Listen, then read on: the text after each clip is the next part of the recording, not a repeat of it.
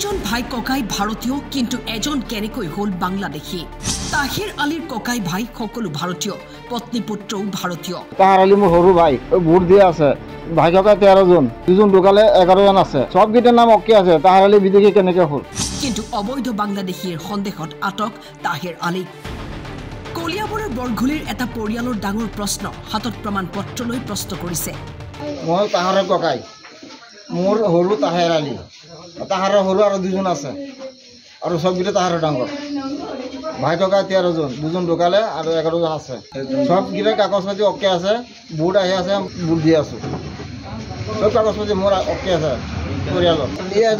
এজন মানুহ কেনেকৈ বিদেশী হ'ল কলিয়াবৰৰ গৰৈমাৰীৰ আব্দুল হুছেইনৰ পুত্ৰ তাহিৰ আলীক বাংলাদেশীৰ সন্দেহত আটক কৰিছে কলিয়াবৰ উলুৱনি আৰক্ষীয়ে বিদেশী হলে সব কিছু হ'ব কলিয়াবৰ সমষ্টি আমি 58ত মোৰ জন্ম মই ভোট দি আছো তাহিৰ আলী মোৰ সৰু ভাই ভোট দিয়া আছে ভাই ককাই 13 জন দুজন ঢুকালে 11 জন আছে সব গিটাৰ নাম অকে আছে তাহিৰ আলী বিদেশী কেনেকৈ হ'ল আৰু তাহাৰৰ সৰু দুটা আছে আৰু সব কিন্তু তাহাৰৰ ডাঙৰ উল্লেখ্য যে 2015 চনতো তাহিৰ আলীক আৰক্ষীয়ে আটক কৰি ডিটেনশ্যন কেম্পলৈ পঠিয়াইছিল কিন্তু 2019ত মুকলি কৰি দিছিল দেউতাৰ তো একো বল দেউতাৰ সব কাগজ কিনি সব অকে আছে আমাৰ এনআৰসি দেউতাৰ কাগজ দিছো মোৰ এনআৰসি নামও আহিলে আমাৰ বাইকৰ নাম আহিলে তে ওটা লৈ গ'ল ভোটৰ আইডি কাৰ্ড আছে পান কাৰ্ড আছে আধাৰ কাৰ্ড আছে সব অকে আছে তে ওটা লৈ গ'ল ৰাতি 3টা বজাত আহি ওটা লৈ গ'ল পুলিচে দেউতাক দিব লাগে ঘৰত ঘূৰাই এই এক পুৰা পানীও খোৱা নাই দেউতা পানী খাবলৈ গৈছে দিবলৈ গৈছে পুলিচে দিয়া নাই পানী আমাৰ খেতি লৈ আহিলে চাবলৈ দিয়া নাই আজি 3 দিন হ'ল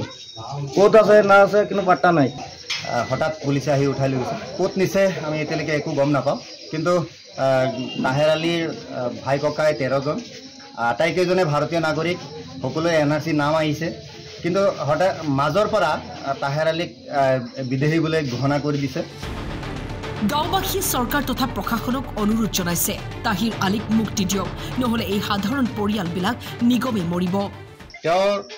আধাৰ কাৰ্ড আছে পান কাৰ্ড আছে তেওঁৰ মাটি বাৰী আছে তেওঁ সৰু ল'ৰা ছোৱালী আছে এই এনেকুৱা ব্যক্তিক কেনেকৈ আমি বিধি সজাইছে আমি আচৰিত ভাবিছোঁ আমি ৰাইজে এটা দুখ প্ৰকাশ কৰিছোঁ যে এনেকুৱা নিৰহ মানুহক যদি চৰকাৰে এনেকৈ হাৰাশাস্তিত বুক কৰে আমি চৰকাৰক আহ্বান জনাইছোঁ এই মানুহজনক এতিয়া ঘৰৰ পৰা লৈ যোৱাৰ পিছত আমি কোনেও তেওঁক চাব পৰা নাই কি অৱস্থাত আছে কি হালত আছে খানা খাইছে নে নাই খাব দিছে নে নাই আমাক কোনো যোগাযোগ কৰিব দিয়া নাই আমি আহ্বান জনাইছোঁ এটাই যে তেওঁক আমি সুস্থ শৰীৰে আমাৰ ঘৰলৈ তেওঁক উভতাই দিবৰ কাৰণে আমি কৰজোৰে অনুৰোধ জনাইছোঁ কলিয়াবৰৰ পৰা দীপু বৰাৰ ৰিপৰ্ট টাইম 8